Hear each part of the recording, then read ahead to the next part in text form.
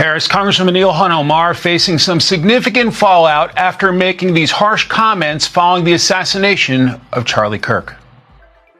There is nothing more effed up, than to completely pretend that, his words and actions have not been recorded and in existence for the last decade. These people are full of, and it's important for us to call them out. Tennessee Republican Senator Marsha Blackburn took offense, reacting on X, quote, Ilhan shows no remorse in slandering an honorable man who was brutally murdered in cold blood for the entire world to see. As many grieve the loss of a husband, father, and patriotic American, Ilhan has chosen a divisive and dangerous path for in a fiery congressional hearing that's already going viral. Nicole Maliotakis and Lisa Land unleashed a blistering critique of Ilhan Omar after she once again attempted to portray herself as a victim.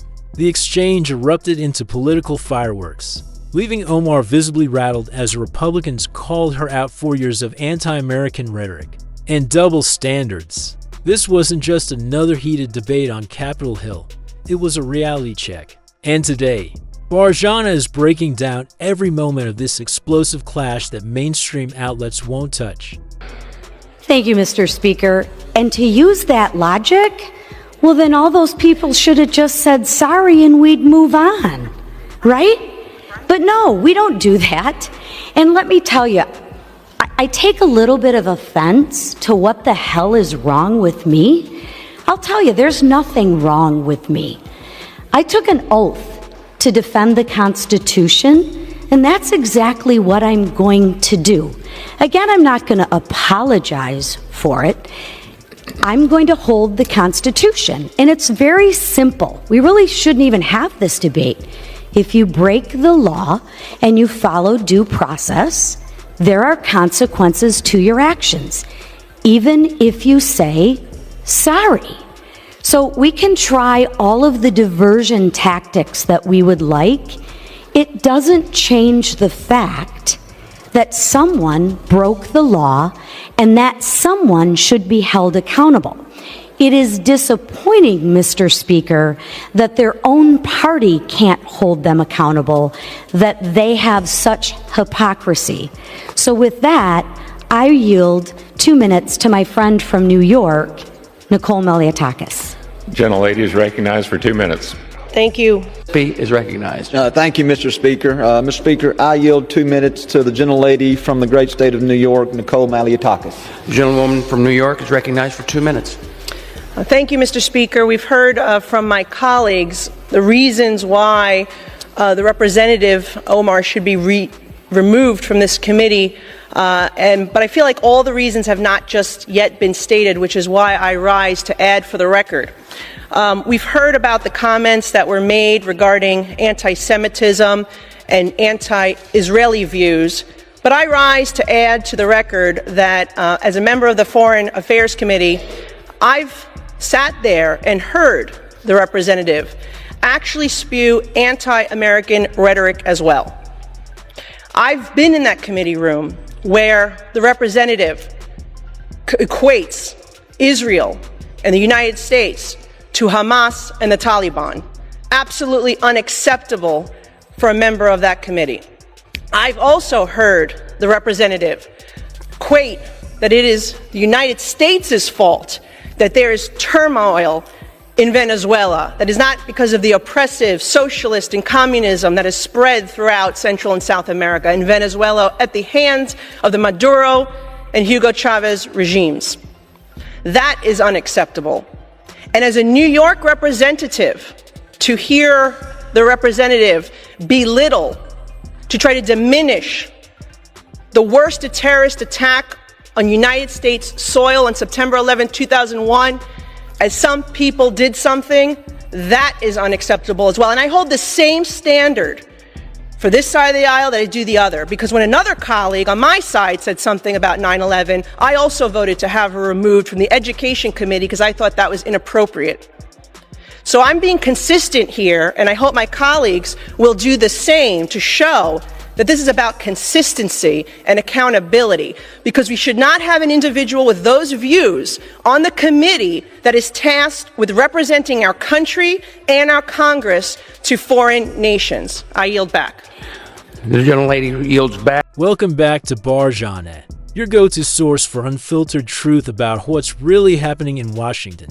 If you love this country and believe in calling out hypocrisy wherever it hides, make sure to subscribe, like, and ring that bell, because today's breakdown is one for the books. What happened in Congress today? Let's just say Nicole Maliotakis and Lisa Land brought an end to Ilhan Omar's victim narrative in brutal fashion, and she never saw it coming. It started when Omar tried to lecture Republicans about compassion and diversity. The same Ilhan Omar who spent years criticizing America, dismissing its values, and dividing people in the name of progress. But this time, her usual routine didn't work, because Maliotakis and Land came fully prepared. First up was Nicole Maliotakis. Calm, confident, and precise. She went straight to the point, reminding everyone of Omar's record her controversial remarks, her dismissive attitude toward terrorism, and her habit of claiming victimhood the moment she's held accountable. Then came the hammer. Being elected to Congress means representing Americans, not lecturing them about how awful their country is. The room went silent, and Omar's reaction said it all. Then Lisa Land stepped up, looking Omar directly in the eye. She asked the question that stopped everyone in their tracks. If you hate this country so much, why are you here? You could hear a pin drop. Omar tried to respond, but Land wasn't having it. She cut through every excuse, every emotional appeal, every attempt to twist the narrative. This wasn't about disrespect, it was about accountability. Something Washington has been missing for far too long. By the time Land finished, Omar looked visibly shaken. Her voice trembled, her hands fidgeted, and the cameras caught every second. The image of the confident progressive warrior cracked under the weight of the truth. Because this wasn't a personal attack, it was a defense of American integrity. Maliotakis and Land reminded the nation that patriotism isn't optional. It's a duty. For years, Omar has mocked U.S. soldiers, downplayed 9/11s, and sided with radicals instead of the citizens she was elected to serve. And when someone finally stood up and said enough, she had no idea how to handle it. The American people are done with the double standards. They're done with politicians who enjoy the benefits of freedom while tearing down the flag. That gives it to them. What Maliotakis and Land did wasn't just political theater, it was a turning point. A reminder that conservative women aren't backing down. They're standing tall, fearless, and unapologetic. When Omar tried to play the victim card again, no one bought it. The facts were too strong and the truth too clear. This exchange will go down as one of the defining congressional moments of the year. Not because of drama or shouting, but because it exposed hypocrisy right where it lives. Here's the message loud and clear for Ilhan Omar. America doesn't owe you a thing. You owe America respect, honesty, and gratitude, 3 things the country is still waiting to see. This was accountability in action, long overdue and badly needed.